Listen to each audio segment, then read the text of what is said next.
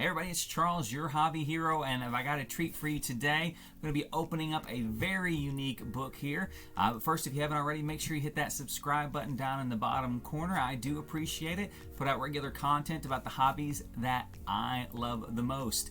Now, as you can tell from the screen cap, this is going to be a CBCS unboxing that really highlights two of the things I really like about CBCS. This was submitted under the 2-day modern turnaround, which had the book back to me lightning fast. And they also do something that I hope CGC adopts in the near future, but no spoilers. I'll show you what it is here as soon as we get this opened up. Now, this particular book, I had noticed an error similar to this and posted on my Instagram. So if you guys do not follow me on Instagram, make sure to check that out as well.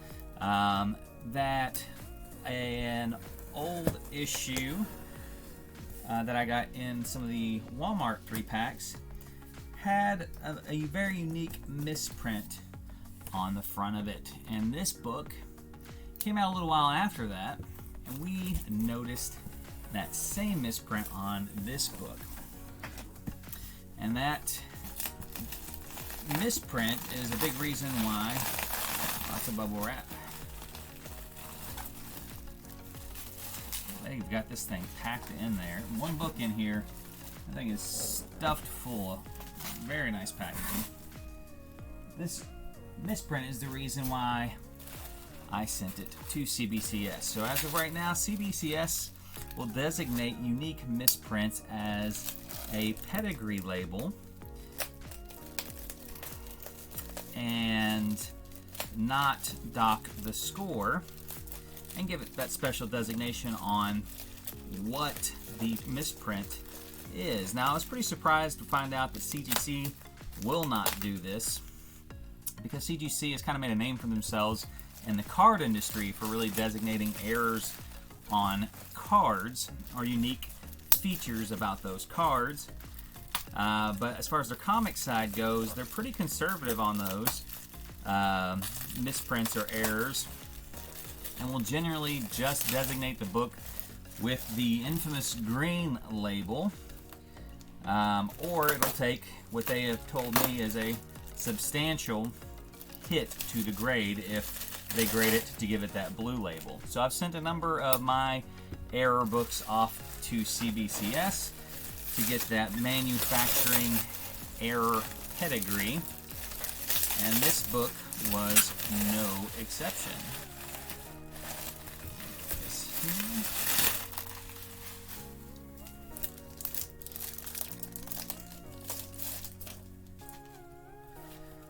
Lots of stuff here.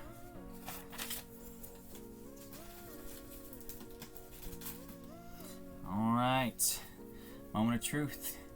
Here is the book. Alright, that is the Heroes Reborn 1 and 200 Art Germ Virgin variants. And if you can see here, I'll see if I can get it where it reflects. I may not be able to. Right there. If you can see on her skin, there we go, you can sort of see it there. On the skin, and I'll put the label up there, on the manufacturing error as well, they designated on here.